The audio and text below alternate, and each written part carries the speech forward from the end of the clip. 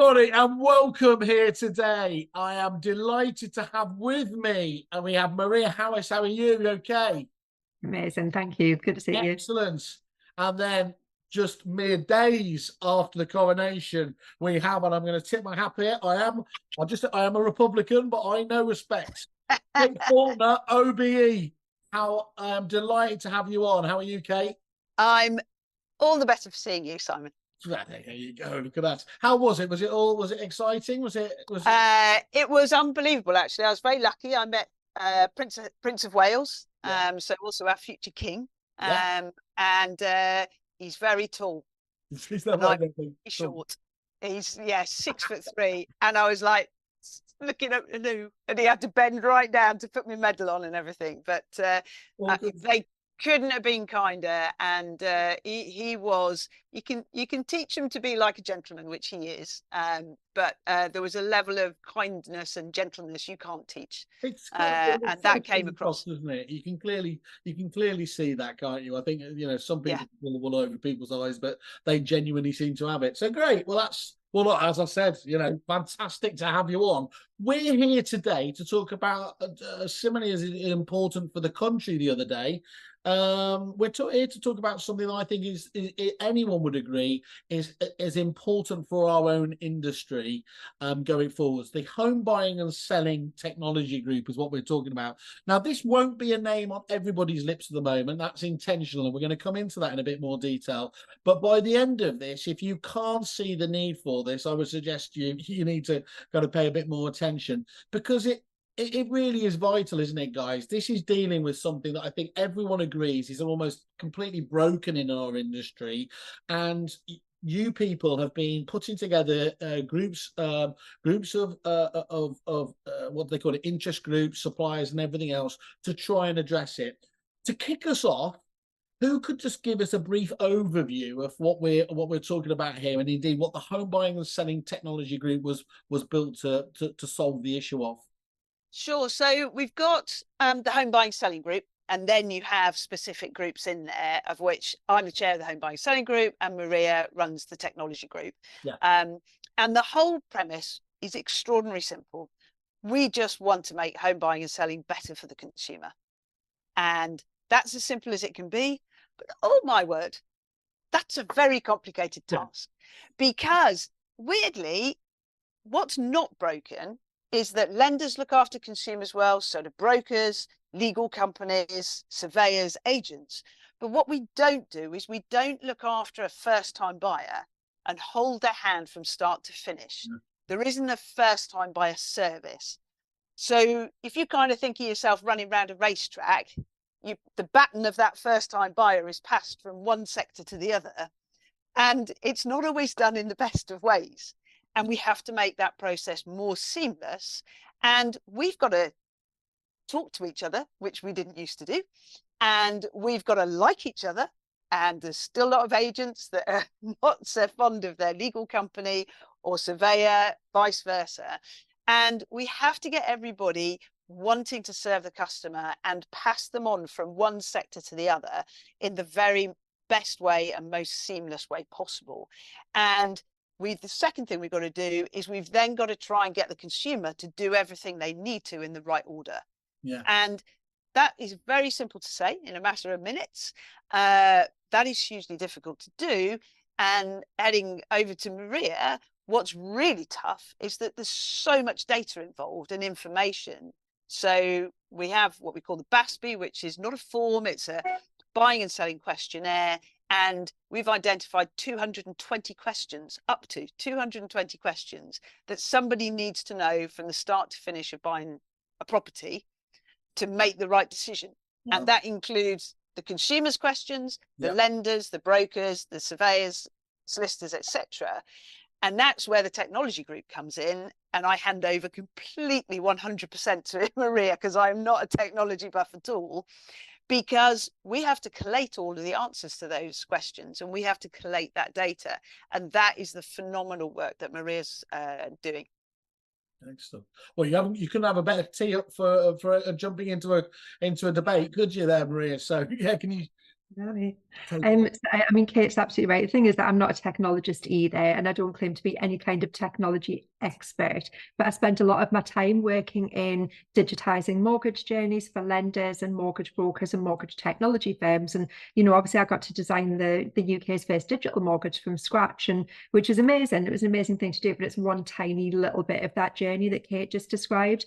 And I think what I find really frustrating, having worked in other industries before I kind of fell into banking, is that other industries where you've seen digital transformation or consumer journeys like consumer experience really change, it's where data has been made available in a format that really works and people have been able to design new customer experiences. And that's how things like Airbnb and Uber and Spotify and all this kind of stuff actually work, because data is available, it's in an open standard, it's in really good formats, and people then can design really lovely new customer journeys and plug in the solutions that they need.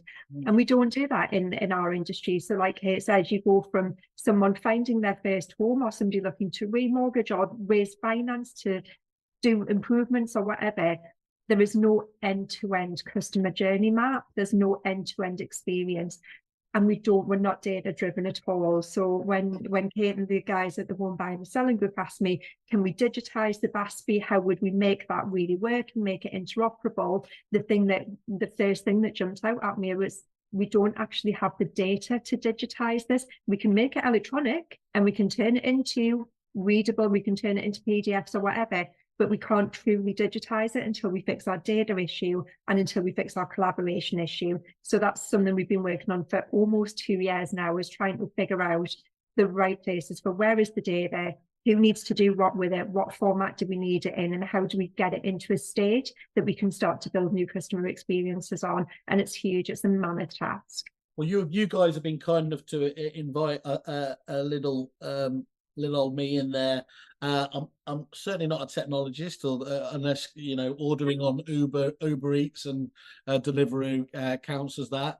I'm certainly also not somebody who has attention to detail. And having sat around those those digital rooms that you've had there, it is mind-blowing the amount of work you guys have had to do just to get it to this state. And I am the reason I'm passionate and I've got involved with this is that it is absolutely, it's the right thing to do. You people throwing in, we'll come back to this time and time again. You're doing this, spending your own time there. Lots of other people are spending time all hours, night and day, to get this to the right point. And it is really exciting now, isn't it, that the fruits of those labours, the fruits of that labour is coming to the fore now. And we're really going to start seeing some traction getting forwards. All the way through this talk, we're going to be, as we're bouncing around the questions, I'm going to keep reminding people, please get in contact with these guys, with the home buying and selling group, and ask them the questions, find out, have the ability to affect the conversation yourselves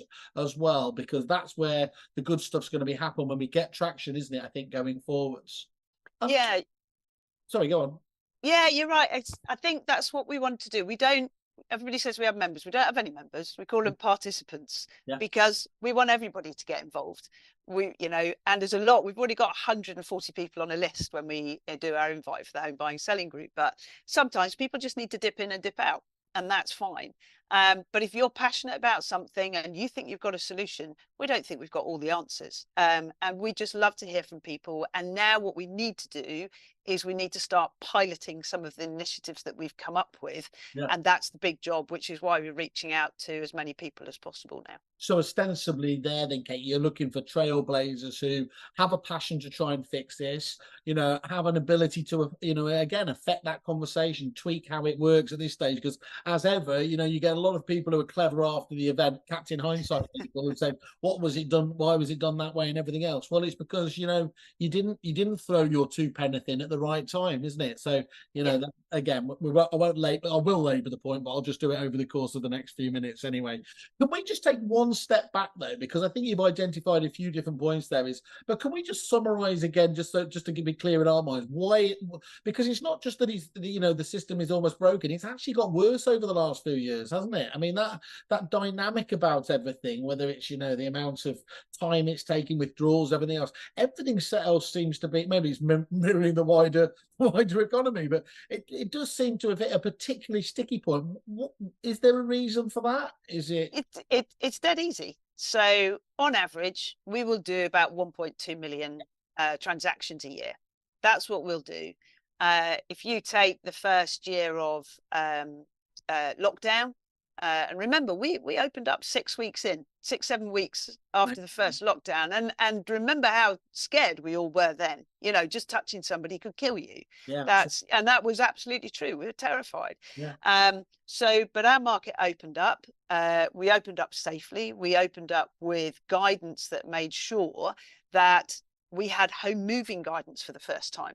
Yeah. So with regards to the way we work, it's all about making sure that everything we do, if you're going to be successful at doing anything as a home moving industry, you've got to get agreement from everybody in the chain: lender, broker, legal company, agent, surveyor, and he goes there, and our removal companies that most people totally ignore moving home and who have one of the roughest times of everybody. So we've got to get all of those guys on board. Now, we can cope with 1.2 million homes being sold a year because that's what we're used to and that's what we're set up for. We went down to 1 million homes in 2020, but we didn't operate for 6 or 7 weeks. So that was squashed. Then you're talking about going up to 1.6 million homes and transactions. And because we're not digitalized, we can't create extra surveyors. We can't create extra legal companies. And for everybody that has a go at an agent, it's a qualified job. Yeah. We can't create people. And we can't pinch them from other services. So if you're going, and this year, I think the predictions are that sales might fall to 850. Well, how on earth do you run a home moving industry based on successfully and smoothly on 1.6 million households one year and 850 the next? The answer to that is digital, but we haven't got that yet. And that is the main reason. That, and you've got the issues with stamp duty as well, and the timings that gave, albeit that was extended, and there were a lot of people who worked very hard to get that done. So that is the reason. It's not that anybody's at fault as such. It's just that the work we were asking everybody to do meant they had to work 15-hour days. Yeah, and that lack of digital is huge in that scenario as well, because when you think about, as we came in and out of various lockdowns, and the industries that had to move to working from home, to not relying on snail mail, to not having wet signatures, to not be able to do things face to face, all of the things that our industry is absolutely predicated on, for us to make that shift to even to be able to move those things online was Herculean in effort to get that up and running, and not sustainable and not scalable. So we've had, all of these issues with lockdowns in and out, and then with huge spikes of transactions, and then things like Royal Mail strikes and other strikes and all of this kind of stuff. All of these different points that have just contributed to things that are just not sustainable or scalable in a digital world, because we're working with analog tools and in analog ways of working. Yeah. So that phrase digitization, which is often thrown around, everyone kind of, I think, gets it intrinsically, what you're trying to do. But where you start is an entirely different process, isn't it? It's just so hard to actually put that into practice. How much did you guys, look around the rest of the world to look at obviously what's working, not working elsewhere, and able to translate that over here, or was it always clear what needed to be done? Because I'll be honest, when we did a lot of business in Australia, and whenever I've been lucky enough to have our friends from Australia come over us, and then you get round to the inevitable chat, doesn't it? And it actually doesn't even matter if it's Australia, does it? Any part of the country, any part of the world come over, and they literally do that kind of sideways nod of the head, don't they? They just can't get it. What kind of out of industry, out of the country elements were you able to take when you were reviewing this whole process? So we have had looks at, and people have got research that looks outside of the country, but I don't think anybody's got, my background's food. Right. And when I came into the property market, I was going to solve everything. It was going to be dead easy, blah, blah. And then I thought, wow, threw my marketing book away, threw my sales book away, threw my business process book away. The way that we do property deals is very different to others. And there's another factor that makes it really, two factors, I suppose, that make it really hard. And the first one is people here are so unbelievably driven by passion and fear to some extent. Fear of buying and property market going under, fear of getting a mortgage and fixing when they shouldn't have fixed, fear of losing out that house because we have such a shortage of stock, fear that they might never get that house. So we have, I always say, one of the things I have done is convinced the government, please don't think of policies that require rational thinking, because anybody that deals with a buyer, even myself when I'm buying, we aren't rational. Out the window. So we don't do rational thinking. So you can't explain to somebody why it'd be good to spend 300 quid on an upfront information pack that will make their moves smoother, because they're like, well, what if I don't sell? And then what happens is we don't have a media that's kind to our industry. They want to put out, they believe, I think, bad property stories sell papers, not the good ones. So if you look, my background's food, you look at how the media works with the food industry, the car industry, the health and beauty industry, lots of magazines, and on the one side it'll have top 10 tips, or here's a brand new product which is fantastic because, and then it'll have an advert next to it. And I had a big chat with one of the big magazine companies and senior person there, and she said, that's why I can't do good advice on property, Kate, for consumers, because there's no money to back up that advert like the other industries. So we're kind of on our own. And we've got to do the work ourselves to get consumers on board, because the natural education that you get of consumers in other sectors doesn't work in our sector.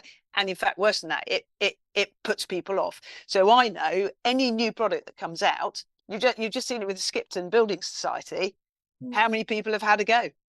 You know, you'd have top 10 reasons to do it, pros and cons, and you'd have a balanced argument. But no, people have piled in, what a dreadful idea, and other people are piling in, what a fantastic idea, and the consumer's not being educated at all.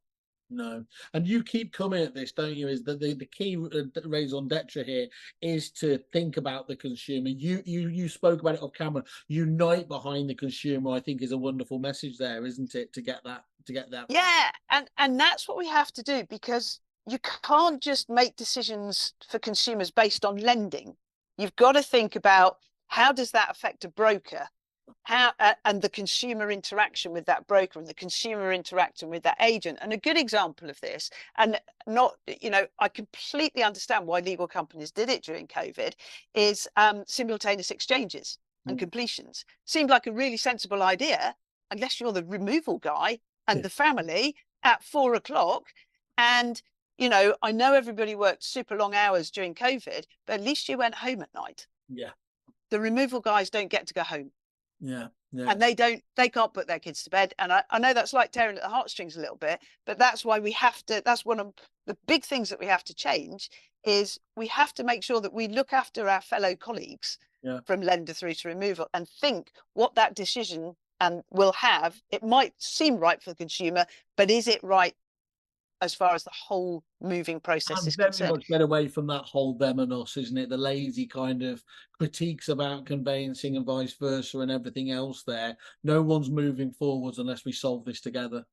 Yeah, absolutely. And that's the one thing that why it has taken so long to get us to an implementation point, is that we have to get everybody working together, and they didn't. So what you used to have was government meetings, and quite right, the government did these, and they say, let's improve the home buying selling process, and they bring everybody in and they go, you're there to represent your members. Well, I'm like, you're not here to represent your members. You're only in this room because you're representing the consumer. And if it's not, that's going to cause a problem for your members. Let's find a solution so we can deliver to the consumer and we can deliver to you. And now what we've got is we have everybody working together, and all the trade bodies, redress, ombudsman schemes, regulators, and they're all trying to get this process right for the consumer.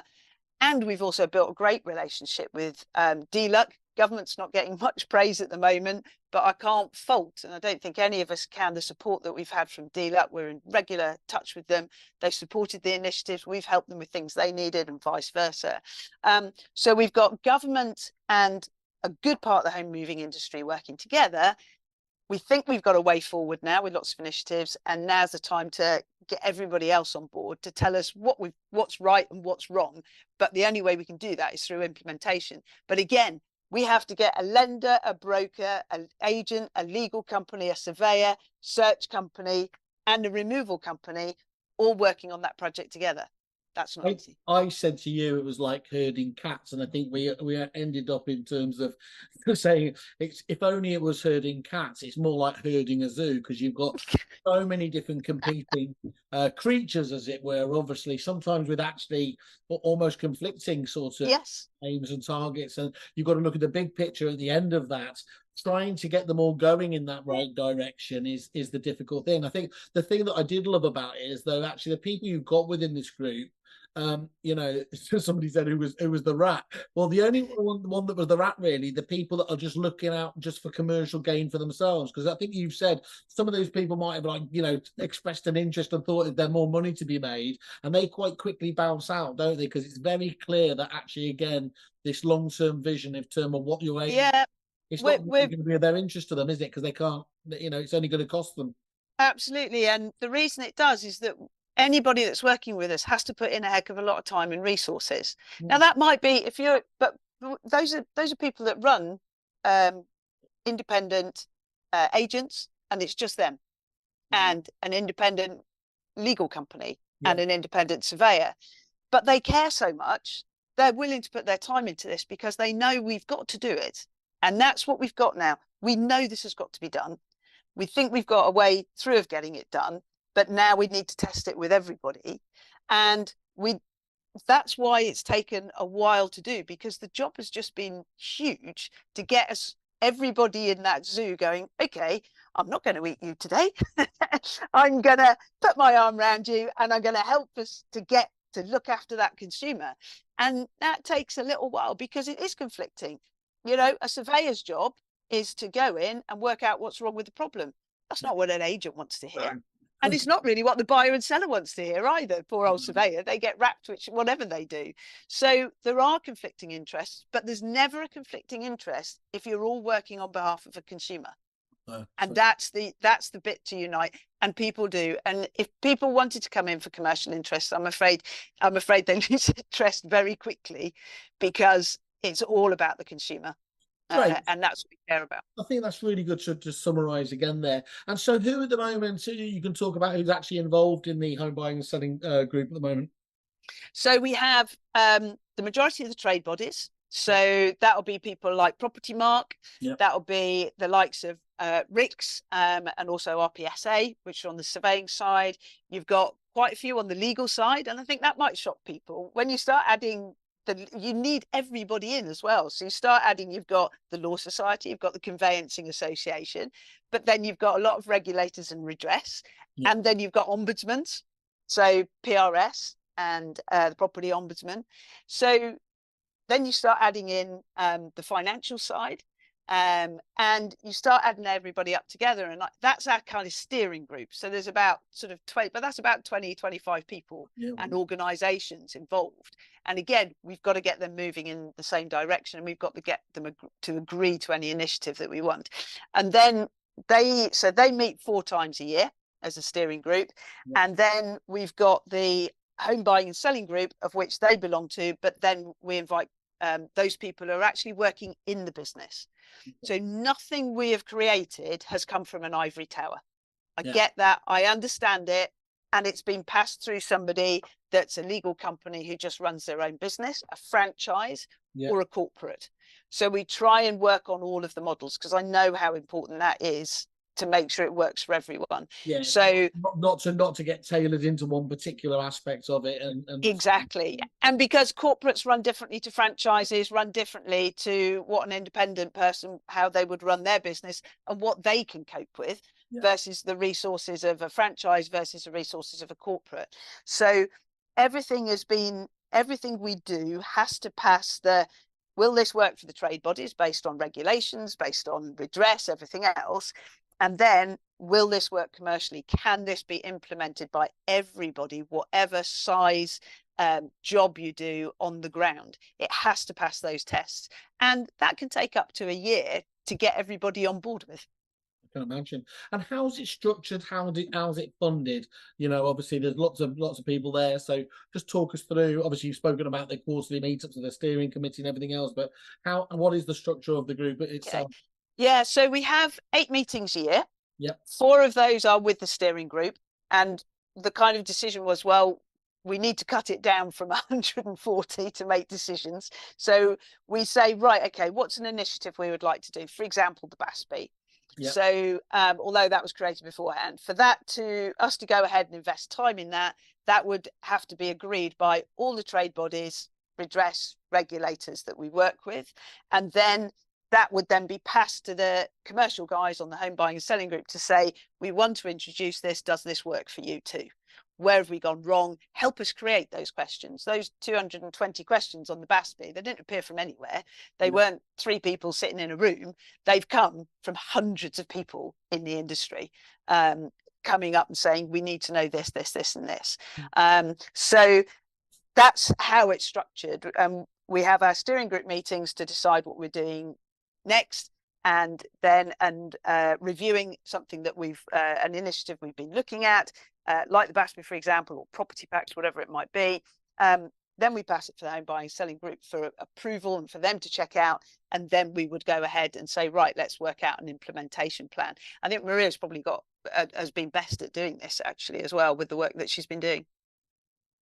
I'm just going to apologise. My next door neighbours having building work done, and they've just decided that they're going to start drilling really, really loudly on the wall right next to this one. So tell me if it gets distracted. That's absolutely fine. And we'll get that in the home buying and selling group as well. We'll try to be chatting and somebody will drill. How rude. Yeah, bring the builders in. So yeah, I mean, I think that obviously I've been a participant with the home buying and selling group since the beginning, and I did it originally with my lender hat on, and because I was working at Acton Bank and designing this digital process, and I wanted to engage with other people in the industry to say, we've done this amazing thing, and how do we hook it all together? And then quickly realised that it doesn't hook together. But also when I was at Acton Bank, we were part of the first digital street project with Land Registry, and kind of helping design what the future of property data in the UK looked like, and how we started connecting things together. So the technology working group's been going less than 2 years. I think we're about 21 months in. I chair that. I am a volunteer. I don't work in the property industry. I have no commercial enterprise at all. Like, I literally do this on the side of my kitchen table and try and fit it around my client work and my non-exec roles and, you know, my day job. But I do it because that genuine passion to make the industry better, and just to use your zoo analogy, which I thought was absolutely hilarious but also very, very true. There's a whole thing about people changing and adapting and getting that culture and mindset differently, because at the moment we really don't have that. We've got very siloed still. We still don't really collaborate all that well. We don't solutionize together collectively and create things that work across ecosystems. So that's what the technology group is trying to do, and I'm really fortunate that I get to chair it. But I think it actually helps that I don't have a vested interest, and that I get to be very neutral. And, you know, because I came from a banking background, I was part of the team who did open banking for neobanks. And you said that to us offline, didn't you? What you've managed to do with open banking, you're now trying to recreate over here as well, which is a great analogy. Yeah, so when you were asking about where do you look for inspiration, and where have we looked to see like what works in other jurisdictions or what works in other industries, so there's lots of other industries where digitization of customer and user experience has really worked well, like retail, hospitality, health, all those kind of industries. And then you've got other countries who already do property packs and digital upfront information, and where their land registries are already on blockchain and on kind of really strong data platforms. So we've looked at all of those as examples of like what's worked well, where were there teething problems, what were the barriers to adoption. But the whole open banking process, albeit slightly different, because obviously it was a directive from the Competition Market Authority. The people who were involved in it didn't really have a choice. It was an implementation entity to set up. But open banking and open digital identity trust framework are both really good examples of where you take a process, work out how to digitalize it, wrap a trust framework around it, put all of the standards and technology specs and everything that you need in that makes it trustable, and then you roll it out to market. So open banking, when that was being set up, they had an implementation team just to set it up. That was a team of 150 people. I think the budget was about 80 million over 2 years. And I'm literally sat doing this at my kitchen table for free. So I mean, like to try and describe just, I mean, I'm not even trying to eat an elephant. I'm trying to like even fit the elephant into the zoo. It's just, it's absolute, it's mind boggling. So the fact that we've done any of this and managed to get any traction in 22 months is just testament to how hard people are working for free and how many organizations have come and sat at my kitchen table with me, helped me to do this, helped me to understand it. And we've got one-man prop tech startups right up to FTSE 100 big technology companies who've all helped to design that framework. They've contributed to it. They've tested the standards in their own systems. And now they're working on that process of how do we adopt this into live. It's a really small group of people. So as Kate says, this, you know, this big call now is we need the rest of the industry to come and do this. People keep telling us it's broken, but here's a solution, but it's only going to work if you all actually jump on board and you all change. That's really helpful to understand. And what are the key initiatives that are going to be impact on home moving now? Because of course everybody just wants stuff deliverable straight out of the box. Absolutely. What's realistic in terms of the expectations going forwards? You've had all this fantastic time, all this passion, people putting in free time, energy, and everything else. What do you think the tangibles are going to be over the coming months and years? So it's a really good question. And what I'm trying to do is make that easier to explain what we're up to, because I think a lot of the time it's in our heads and we don't always get the message out. So what we're working on at the moment is we've listed out how home moving works now, with lots of experts, etc. What we've then said, okay, what can we change? So for example, we've said to dealer, look, we need you to announce at least the mandating of upfront information. And the reason for that is say, for example, voluntarily, you've got a chain of 3 homes. All the companies who are looking after 2 of those homes said upfront information is the best thing since sliced bread. Let's do it. But the 3rd one doesn't. Guess what? Everybody's going to say, well, that didn't work, did it? Yeah. So we've explained to the government, look, it's not like buying a toaster. Please don't think buying a home is like buying a toaster, or it should be. We've got to get everybody on board, and we have to get them to invest to do that. So, but even saying they're going to mandate it, if we can get that, that will help to get everybody started. But the other things that we can do, we've got the buying and selling guides, and we work with the government initially on those. We're hoping, you know, like the how to rent guide has to be signed off. It would be amazing if we could get everybody on board in the industry to say, right, we'll go out with the home buying and selling guides to make sure that all consumers are getting the consistent information, because that's critical. There's a lot of conflicting information that we have. And the big one will make it 6 to 8 weeks difference potentially, is anybody that's selling a property, instruct your legal company day 1 of marketing. Yeah. I've always personally done it, and it's made a big difference. And you don't have to worry about buying your next property then. The second thing is I would like to see is I don't think buyers should be viewing properties unless they've had their affordability approved. Right. Yeah. Partly because if a buyer goes to a mortgage broker, talking about that first-time buyer having their hand held throughout the process, they're going to have their hand held, and they're going to be helped through the process right from the start. Yeah. And brokers do an amazing job of doing that. And finally, my big one, which is taking a long time to do, I want everybody moved by 1 o'clock on day of completion. I love that. I love that as an aspiration. As a really, you talk about the consumer again, that's something they can hang their hat on, isn't it? Yeah. And it didn't come from me. The removal companies asked for it. And I went, why not? Why don't we do it? Yeah. Well, I'm finding 50 reasons why that can't happen, Simon. And I think everybody thought, oh, we've given her 50 reasons. She'll drop that one now. I ain't dropping it. I'm working through every single one of those reasons, and we are going to solve the problem. And interestingly, chatting to people, a lot of them don't realise further up the chain that nobody's moving at 1 o'clock in the afternoon. It's 4 or 5 o'clock and the harm that's being done. it's all down to communication. Adding a huge level of stress. I mean, I know, having been through it myself, and the conversation comes out with friends, family, and whoever. That is a real dynamic, and it's only because we do it so rarely, don't we? We do this moving game, that it doesn't become a bigger issue, and actually it isn't focused on, I think. Yeah, but it's down to daft things. So people don't know, talking about open banking, people don't know they can't suddenly transfer 50 grand a day before completion. No. That could take 5 days to do. So it's little things like that. So we've uncovered all the reasons why it doesn't happen. Now we've got the job of persuading everybody to make the changes so that we can get everybody moved by 1 o'clock. And those are the things that we could do today, tomorrow, that will make a difference. And then Maria's on the future. I was going to say, yeah. Well, that's the reality. That's the exciting short-term vision. What about the future, Maria? What does that hold for us? So, I mean, as Kate said, the collaboration that we've had and the conversations that we're having, not just with DLUC, but with land registry, with geospatial, with local land charges, with all of the people who are custodians of where this data that we need, where they all sit. And we've had absolutely fantastic engagement on all of those. So there's a big push now. There's a national data strategy that was published in 2020.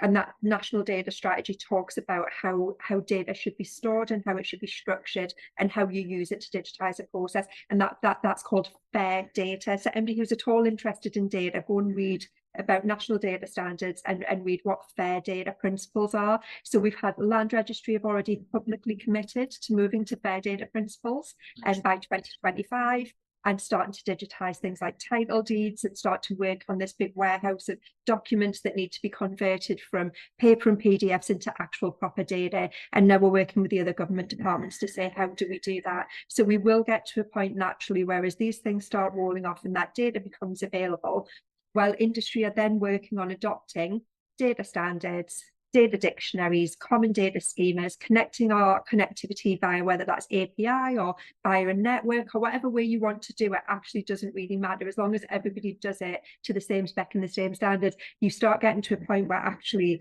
the experience of having data flowing from the customer right at the beginning to the person moving at the end becomes really seamless and really powerful. And then you can add all sorts of amazingly interesting things into that. So you start giving customers control and transparency and being able to choose what day they want to complete and what time they want to move, but also to be able to do things like pre-get all of their utilities turned on in their broadband, so you don't spend your first 3 days sitting in your house on the floor going, I'm running this off my phone and having a hotspot. Like all of those little things, like they can all be improved once we crack this like infrastructure of having the data. And then I can get really excited about all the amazing things we can start doing with property data and energy performance and being able to like tell Amazon what time they can fly drones over and letting people park their cars on my charging mat on the hours that and giving me that energy back. Like it's absolutely like the future of this, really, really exciting. But we have to fix our data and we have to fix our connectivity, and that means we have to work together and corral ourselves around common standards, common language, common ways of like sharing data. Just to analogy again, it's like, it's like creating the foundations of a good home, isn't it? At the moment, it's built on dodgy foundations, so everything about it is obviously is fragile or could fall over. And if we can get that bit right, all this other stuff, this good stuff can happen. And I think there's just on a wider point as well, is there's no doubt at all agents, anyone involved with property gets a collateral damage from these issues that are around the system. There will be a halo effect, won't there, if we manage to start sorting this out, that again, the agents will be seen as the deliverer of the dream, of the move, of everything else there, rather than owning the issue as it is at the moment, whether that's right or wrong. Yeah, and we create our own problems, not intentionally. It's nobody's fault, but we create our own problems because people basically make offers on properties that they don't have enough information for. And then the lender has to go and search for stuff, and then the search company, and then the surveyor has to go. We should have the majority of the information up front. So with those BASPI questions, in terms of how will it make a difference in the future, imagine you kind of press a button and you open up your property logbook, for example, and that fires off to the agent everything they need to know about that house, what work's been done, what planning permission, building certificates. An offer comes in based on understanding what's happened to that house and what they're really buying. You press another button and they've made their offer, it's been accepted. That information is then just fired off to the legal company, and then fired off to the lender and fired off to the surveyor. That is the dream. There are 220 questions we may need an answer to help in various forms, to help to buy a home successfully throughout the process. We want to make sure you can press a button and every single one of those questions can be answered at a press of a button. That's when we remove fall throughs. That's when we really seriously speed up the process. We can do some of it manually now, instructing that legal company to do that upfront information from day one of marketing, not waiting until you've got an offer. There's 6 weeks, 8 weeks potentially. And we can do that now, but the future is pressing buttons, and data looks after you.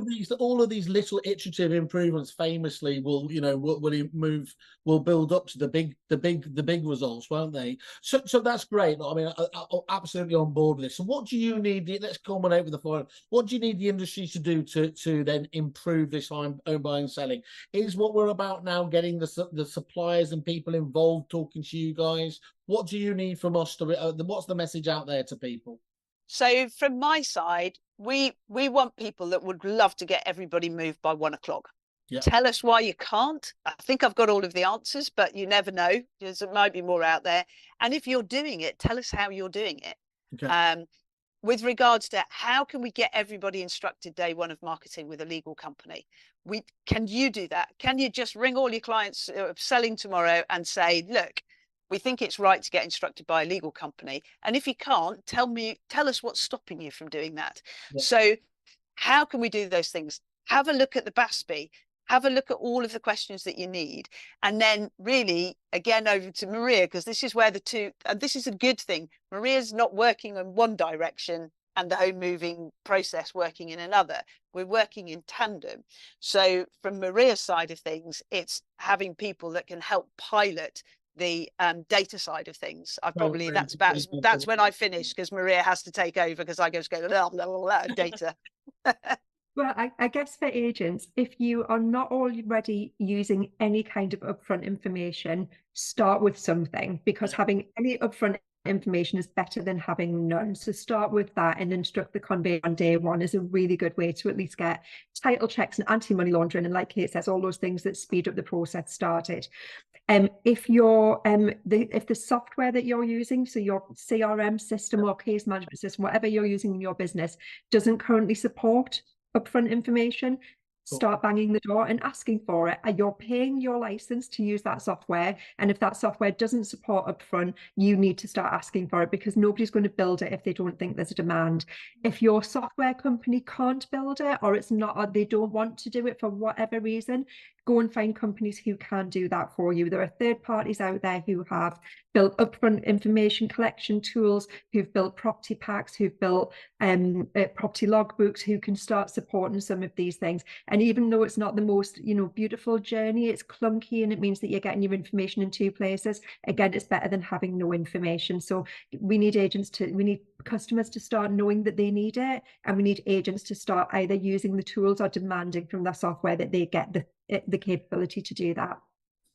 That is wonderful, guys. I think, honestly, I mean, I knew a little bit about it because I've obviously been involved there, but I think hearing it so succinctly and and the clear vision that you've got for this is the thing that gives me the most optimism I've heard for some time now, that there is actually light at the end of the tunnel. If I was to just please summarize this again, is really the takeaways for me are: the more preparation that buyers and sellers do prior to marketing and viewing the home, the more likely a sale or purchase is going to go through. Fairly obvious point there.